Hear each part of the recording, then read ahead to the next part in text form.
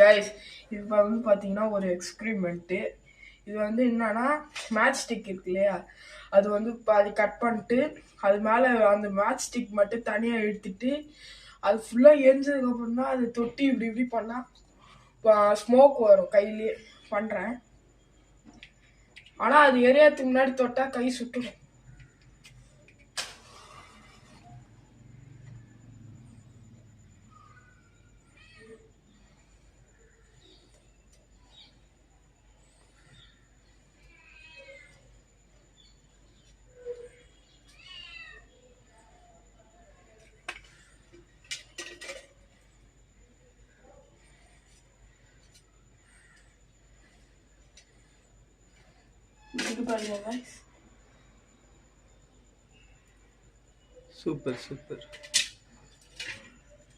Super.